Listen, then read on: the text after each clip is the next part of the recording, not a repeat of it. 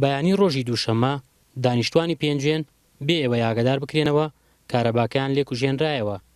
زیاتر لە 9 ساڵە خەڵکی ئەم قەزایە لە ئێرانەوە کارەبایان بۆ دابین دەکرێت کە لە ڕێگەی گرێبەستێکەوە لە نێوان حکوومەتی هەرێم و کۆماری ئیسلامیدا ئیمزا کراوە، بەڵام ڕۆژی دووشەممە کارەباکە لەلایەن ئێرانەوە بڕاوە.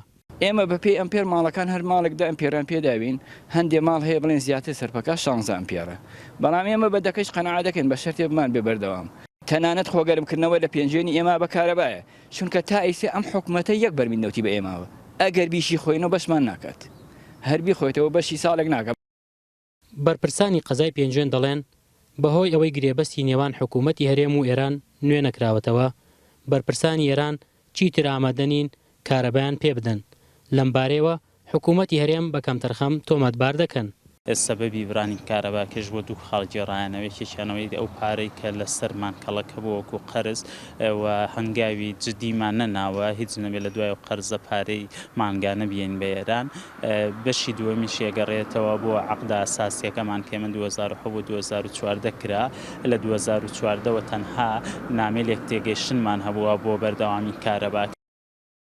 بێجگە لە شارۆچکەی پێنجێن و گوندەکانی دەوروبەری دوو ناحیە و دەیان گوندی دیکە لە ڕێگەی ئێرانەوە کارەبایان بۆ دابین دەکرێت. دوای بڕینی کارەباکەیان خەڵکی ئەو ناوچەیە دەڵێن زیانێکی زۆریان کردووە، چونکە ئیشوکاریان بە تەواوی وەستاوە، چونکە لێرە مۆلیدەی حکومی نییە و هەر بۆیە بەجارە بێکارەبا بوون. گەورەترین کاریگەری هەیە لەسەر بازار، یعنی ئەوەتانە ئێستا ئێمە کە بەرگ دروین وەستاوین، هەموو سەنعاتچیەکان وەستاون، بازار وەکۆڵە خەڵک بێشەوق و زەوقە، ینی پێنجۆنێکێ لە هەرشتە زۆر جوانەکانی کە بۆی کراوە مەسەلەی ئەم کارەبا بووە و تا ئێستاش ئێمە بێکارەبا نەبووین، تا ئێستا خەڵک بڕیاری ناوە چی بکەوە، نایزانین چی بکەن، چونکە لە ڕاستیان فەراغە بە مۆلیدە بۆمان پڕ نابێتەوە، ناڵەناڵی مۆلیدە. لە ساڵی 2014ەوە گرێبەستی هێنانی کارەبا لە ئێرانەوە تازە نەکراوەتەوە، هەر بۆیە ئێستا هەرێمی کوردستان نزیکەی 27 میلیۆن دۆلار قەرزاری کۆماری ئیسلامی ئێرانە هی ئەو کارەبایی ڕایکێشاوە.